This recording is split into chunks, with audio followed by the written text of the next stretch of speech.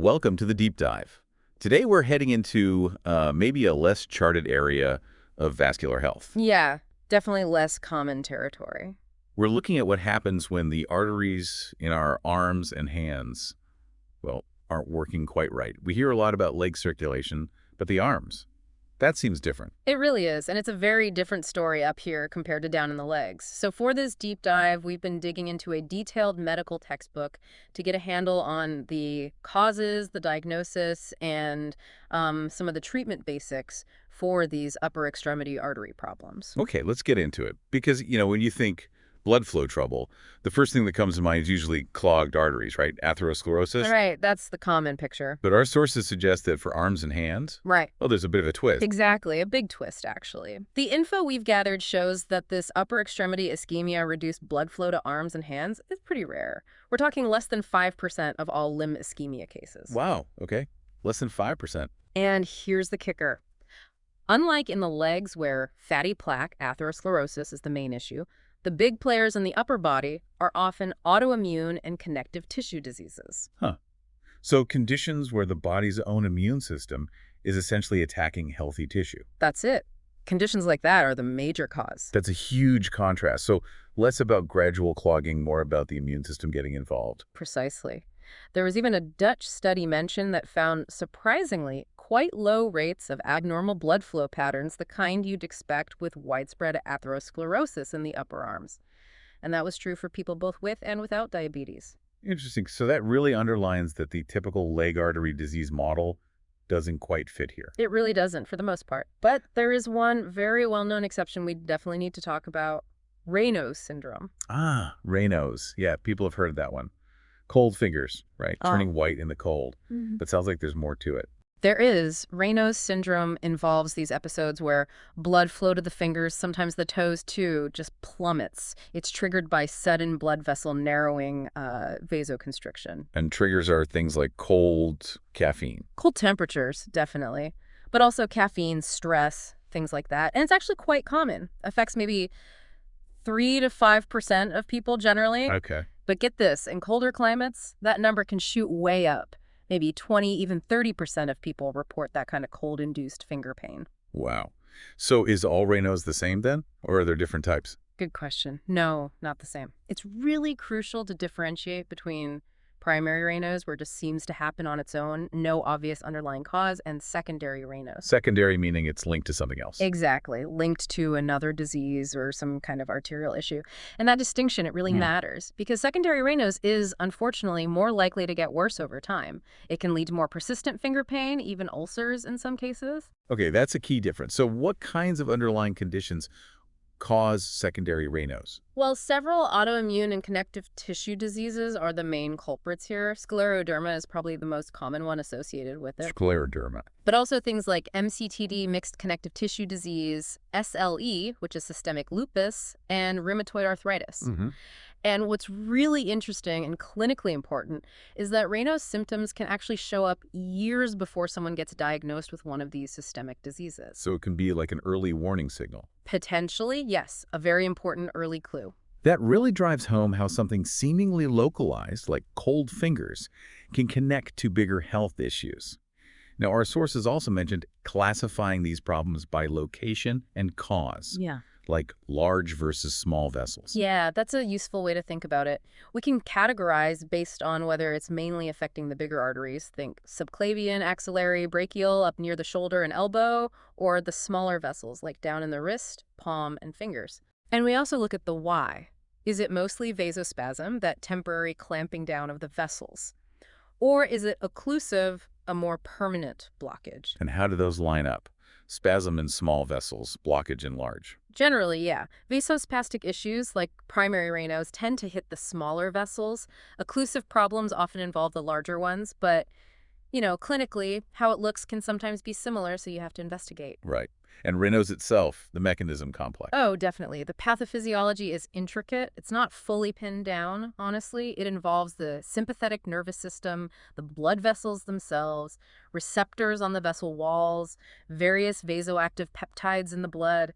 It's a whole interplay. So a lot going on behind those color changes. Absolutely. Now, shifting to those more permanent blockages, occlusive diseases in the arms, what causes Is those? this where atherosclerosis comes back into the picture? It does, yeah. Atherosclerosis is the most common cause of occlusive disease in the upper extremities, but remember, it's still less common overall than in the legs. Okay, less common, but still #1 for blockages. Right. Other causes include thromboembolic events, clots traveling from elsewhere, maybe the heart, like with atrial fibrillation, or from plaque breaking off higher up. Ah, traveling clots. Then there are iatrogenic or traumatic causes, things related to medical procedures, like dialysis access causing a steal phenomenon where blood gets diverted from the hand, or injuries from catheters inserted into arm arteries. Makes sense. Procedures carry risks. And finally, vasculitis inflammation of the blood vessels themselves can also lead to narrowing and blockages. You mentioned earlier that when atherosclerosis does cause symptoms in the arms, it often happens in specific spots. That's right. Symptomatic lesions are most often found right near the beginning, either in the brachiocephalic trunk, that big artery off the aorta, or the subclavian artery, which is the main supply to the arm. And interestingly, even if a subclavian narrowing doesn't cause arm symptoms, it can still be a red flag. Finding a blood pressure difference of, say, 15 millimeter Hg or more between the two arms. That's linked to increased cardiovascular mortality and a higher risk of peripheral vascular disease elsewhere. Wow. Just from a blood pressure difference between arms, that's quite a link. It is. It's something doctors look for. And those classic risk factors, smoking, high blood pressure, cholesterol, diabetes, do they still matter for the arms? They absolutely do. Even though autoimmune issues are often the primary driver, these shared risk factors definitely contribute, especially to the atherosclerotic type of upper extremity disease. So, yeah, they're still important. Got it. Okay, so let's dive deeper into those smaller arteries now, the ones distal to the wrist. This is where hand ischemia often happens, right? Exactly. And this is where, as our sources emphasize, those autoimmune and connective tissue diseases really take center stage, often causing the most severe problems. Like scleroderma, which you mentioned is the most common. Yes, scleroderma or systemic sclerosis, it's a generalized disorder. Affects connective tissue, but critically also the microvasculature and the small arteries. Early on, you see damage to the tiny vessels, inflammation, some fibrosis, scar tissue building up. It gets worse. Later in the disease, yeah, you can see dense collagen deposits, loss of cells. It's much more common in women, and skin involvement is almost universal.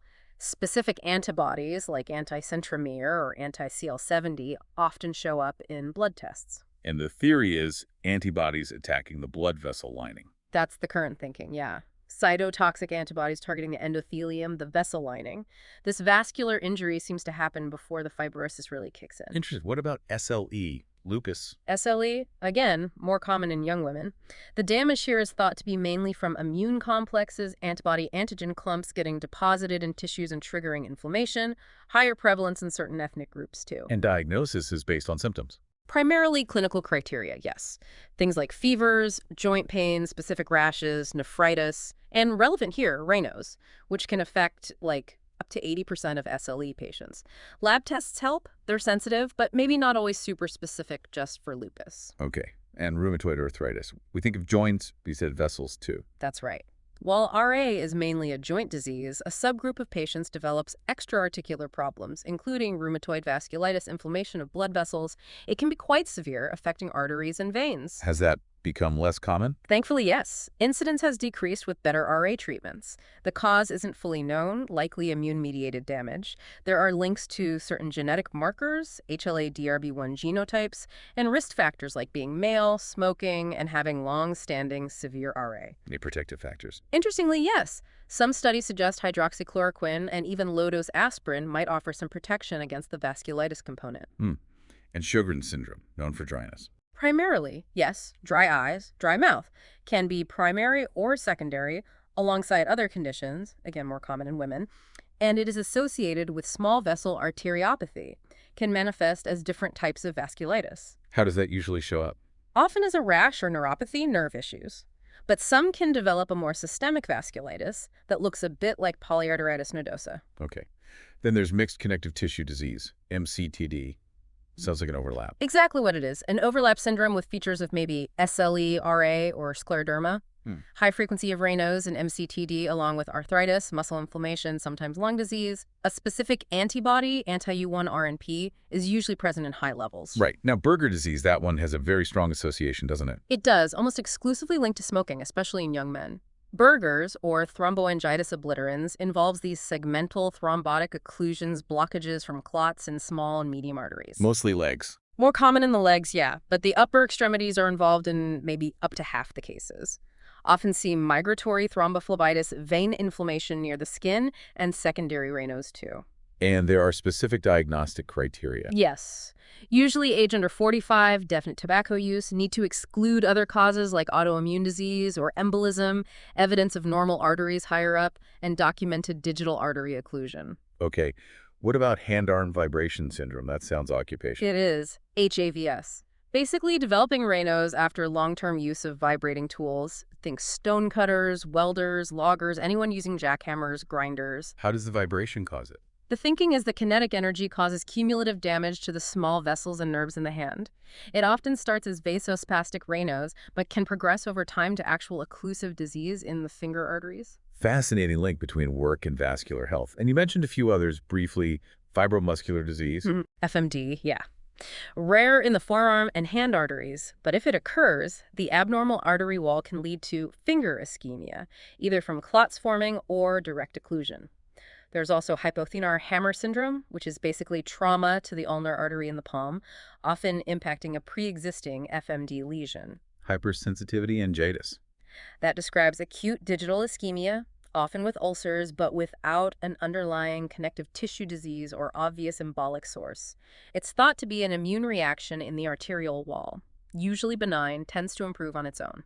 And even links to malignancy and frostbite. Yes. Raynaud's has been reported with several cancers, though the mechanism isn't clear, maybe tumor-related immune processes. And frostbite is direct freeze injury to the small digital vessels. Mild cases might lead to vasospastic Raynaud's. Severe frostbite can cause occlusive disease. That covers a lot of ground on the small vessel side. Let's shift to the larger arteries again. Atherosclerosis is the most common cause of occlusive disease here, right? Correct. Same risk factors apply: smoking, hypertension, etc. And the most common spot for symptomatic blockage is the origin of the left subclavian artery. Is there an overlap with leg artery disease? There is. About 6–10% of people with lower extremity PAD also have significant subclavian stenosis. Aneurysms, those bulges in the artery wall, are rare in the upper extremity, but can happen usually in the subclavian or axillary artery. What about thoracic outlet syndrome? Right, TOS, chronic compression in that space between the collarbone and first rib, can actually damage the subclavian artery, leading to stenosis, aneurysm formation, or even clots that travel down to the fingers, embolic digital ischemia. And vasculitis affecting large vessels. Two main ones here are Takayasu arteritis, which affects the aorta and its major branches, potentially causing upper extremity ischemia if the subclavian is involved, and giant cell arteritis, or GCA. GCA. Usually temporal artery, right? Headaches, jaw pain. Typically, yes. Yeah. But GCA can affect medium and large arteries elsewhere, including the upper extremity arteries, causing ischemia. Okay. What about emboli clots traveling? Where do they usually end up? Classically, an embolus to the arm lodges in the brachial artery, often right before it splits into the radial and ulnar arteries at the elbow. And those procedure-related issues?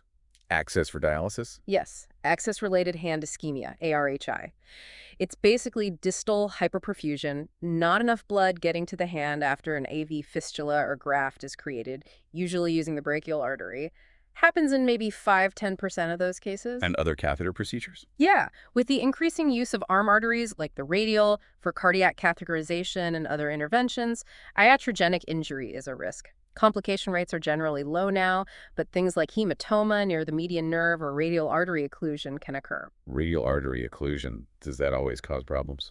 Not necessarily. It happens in maybe 1–10% of transradial procedures, but often the artery recanalizes or opens back up.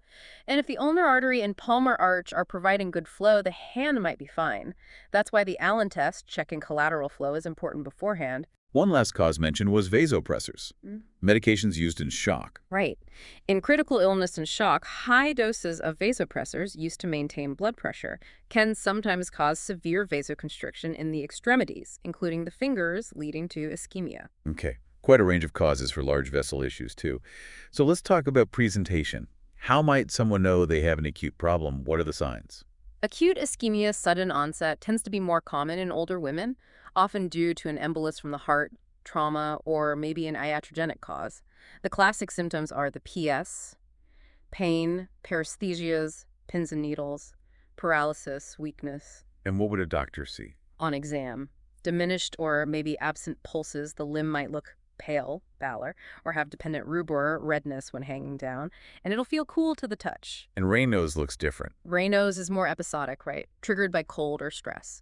Characterized by that sequence of color changes white, then blue, then red, along with pain and temperature shifts. Is tissue loss common with acute blockages in the arm? Actually, no. Severe tissue loss is surprisingly rare compared to the leg. The arm has really good collateral circulation, alternative blood flow pathways, so limb salvage rates are very high, like 98%. That's good news. What about chronic, long-term ischemia? That presents differently. Maybe muscle pain or aching with use, claudication-like symptoms in the arm, or more severe signs like non-healing ulcers on the fingers or hands, even gangrene. What might the exam show then? At rest, the arm might look normal, but the hands or digits could feel cool, pulses at the wrist or higher up might be diminished or absent. With ARHI, the dialysis access issue, symptoms can range from just pain during dialysis to severe, constant pain or tissue loss. Compressing the fistula might actually improve the wrist pulses or Doppler signals, which is a clue. So the diagnostic process seems crucial. Starts with history and physical. Absolutely. A detailed history is key. Asking about temperature sensitivity, dry mouth eyes, suggesting Sjogren's, arthritis, any trauma or procedures, repetitive activities, occupation thinking about vibration injury. And the physical exam needs to be thorough. Definitely. In a warm room, ideally. If the hands are cold, rewarm them first. Check brachial and forearm blood pressures, maybe before and after exercise. A drop of 20 millimeter Hg or more is significant. Palpate all the relevant pulses. Use a Doppler to listen to flow in radial, ulnar, palmar, digital arteries. Assess the waveform quality. Listening for brutes too. Yes. Yeah. Auscultating over the subclavian area for brutes that might indicate stenosis. Then a careful hand and digit exam. Temperature, capillary refill time, looking for ulcers, any skin changes like sclerodactyly, telangiectasias, splinter hemorrhages under the nails, clubbing. Neurologic exam too. Yeah, especially looking for clues suggestive of thoracic outlet syndrome compressing nerves as well as vessels. Okay, so clinical evaluation is step one. What about the vascular lab? Vascular lab tests are really helpful. Segmental pressures, comparing blood pressure down the arm, finger pressures and waveforms, these are great for differentiating large versus small artery disease. Duplex ultrasound is the go-to for looking at large vessel occlusive disease, like that subclavian stenosis. Can they test for Raynaud's specifically? Yes, cold sensitivity testing can be done, measuring how quickly finger temperature recovers after a cold challenge. And nail fold capillary microscopy, looking at the tiny capillaries at the base of the nail, can help distinguish primary from secondary Raynaud's. Secondary often shows enlarged, distorted, or sparse capillaries. What if things are still unclear, especially with bad symptoms like ulcers? If initial tests aren't diagnostic and there's significant blockage or ulceration, then further testing might be needed. Maybe blood work for a hypercoagulable state, looking for things like antithrombin III, protein CS deficiencies, anticardiolipin antibodies, factor V Leiden, etc. And imaging beyond ultrasound. Right. If you suspect an embolus, besides arm duplex, an echocardiogram of the heart is standard. If those are negative, but suspicion remains high, then imaging the aorta and the chest arm arteries with CTA or MRA might be next. What about invasive arteriography, the dye and X-ray kind? That's usually reserved now, maybe for unexplained asymmetrical digital occlusion, where you really need to rule out a surgically fixable proximal lesion that wasn't clear on CT. If it's done, you need to visualize the entire upper extremity vasculature, both sides, hands positioned anatomically. Bilateral disease often points towards a systemic cause. No, that covers diagnosis pretty well. Finally, let's touch on treatment, focusing on what the sources said about natural history and management approaches. What about primary Raynaud's? For primary Raynaud's, management starts conservatively. Avoid triggers cold, caffeine, tobacco, wear gloves. If symptoms are severe or frequent, medications are used. Calcium channel blockers like nifedipine or amlodipine are often first line. They help relax blood vessels. Other medication options? Others with some evidence include losartan, fluoxetino, and then some with maybe more modest effects like prazosin, sildenafil, risperidone, silostazol, captopril. Bosentan is an option specifically for Raynaud's associated with scleroderma. Are meds always effective or well tolerated? Not always. Medical treatment tends to be less effective in secondary Raynaud's, especially if there's underlying occlusive disease. And drugs like nifedipine can have side effects. Maybe 20–30% of people don't tolerate it well. What about prognosis? Who does worse? The worst prognosis, in terms of ulceration risk, is for those with arterial obstruction due to an underlying disease. But interestingly, if someone doesn't have ulcers when they're first diagnosed, they're actually unlikely to develop them later. And if they do have ulcers already? Then there's about a 50% chance they'll have further ulceration episodes. Okay. What about surgical approaches? Sympathectomy. Thoracic sympathectomy, cutting sympathetic nerves to reduce vasospasm, has been used, but symptoms often return over time. Its benefit as an adjunct for ulcer healing in occlusive disease is kind of unproven. Some suggest digital periarterial sympathectomy, targeting nerves right around the finger arteries, might be better for pure vasospasm. And surgery for blockages or structural problems. Absolutely. For thoracic outlet syndrome causing compression, surgery like rib resection might be needed, maybe with arterial repair. Revascularization, like bypass surgery, is the main approach for significant large artery occlusions, aneurysms, TOS with arterial damage, FMD lesions causing problems, or traumatic injuries. How well did those upper extremity bypasses work? Generally, very well. Upper extremity bypass results are usually excellent, with high rates of long-term patency and limb salvage. So wrapping this all up, this deep dive really highlights how different upper extremity arterial disease is from the legs, doesn't it? It really does. Autoimmune conditions are such a bigger factor here than simple atherosclerosis, and Raynaud's so common, but potentially a really important clue to underlying systemic issues. And figuring it out involves that careful clinical look, plus the vascular lab test, the imaging. Right, and treatment runs the gamut from lifestyle changes and meds, especially for Raynaud's, all the way to complex surgery for significant blockages. What strikes me most is that connection. How symptoms in your fingers could signal something happening systemically throughout your body. It's fascinating, isn't it? And it leads to a thought-provoking question for you listening. Given this link we've discussed, what other seemingly minor signals from our bodies might actually deserve a closer look, a deeper investigation? That really makes you think about listening to your body and the value of digging deeper when something feels off. Thanks for exploring this really quite intricate area of vascular health with us today on the Deep Dive.